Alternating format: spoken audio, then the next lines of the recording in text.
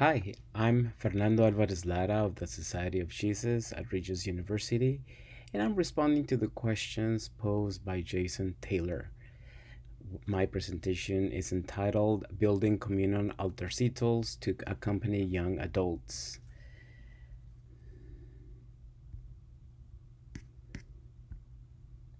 And the first question that is being asked to us: how do I structure the classroom space to allow the flourishing of my students as whole persons?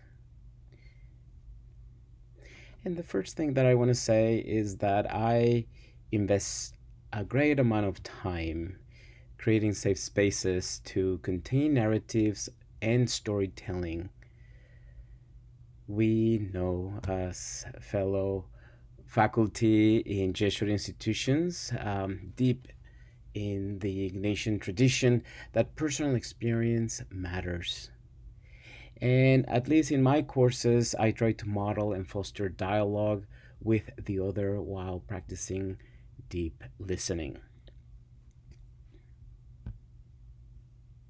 How do I help students connect what they are learning in the classroom with discernment about the person they wish to become?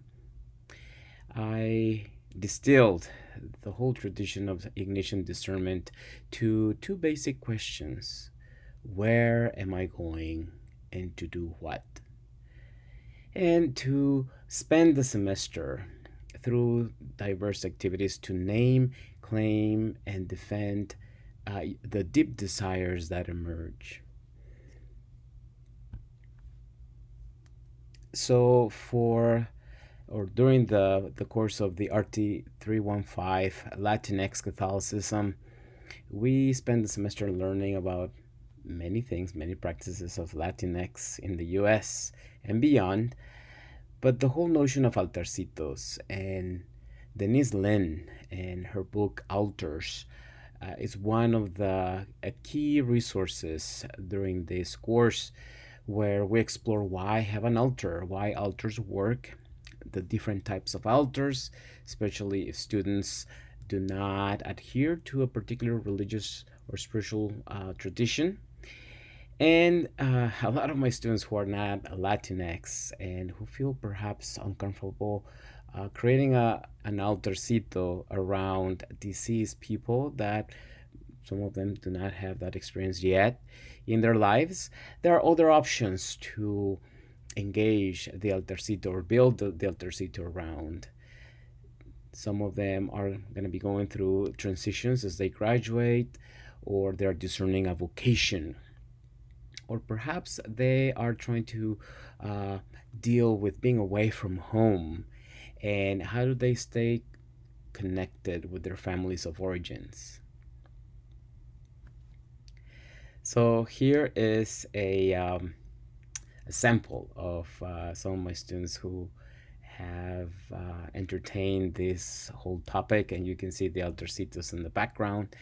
And once we installed the communal altarcito, there's a tripartite exercise that we do, and typically it's at the end of the semester once they have gotten to know each other.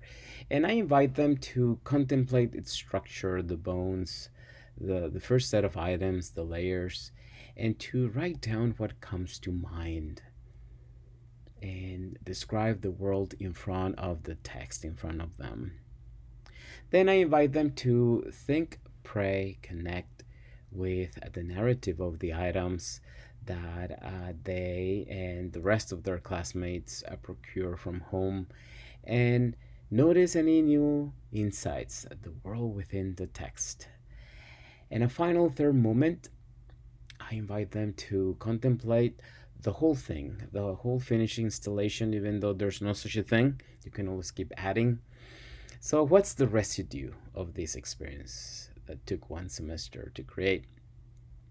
Are they able to uh, paint with words or actually with drawings a relational map that the Altarcito in front of us is revealing to us, that tell us something about the community who share for weeks narratives of loss, life, and hope? the world beyond the text, the so what that is so important in Jesuit schools. So, finally, how do I see myself as a teacher accompanying young people in the co creation of a hope filled future? So, I see myself as a fellow pilgrim who is sharing the road with a few more experiences perhaps in life than them, a deep listening practitioner who carefully tries to receive the narratives that the students share. I see myself as a storyteller, a memory keeper. And the final piece comes with being a priest and a teacher.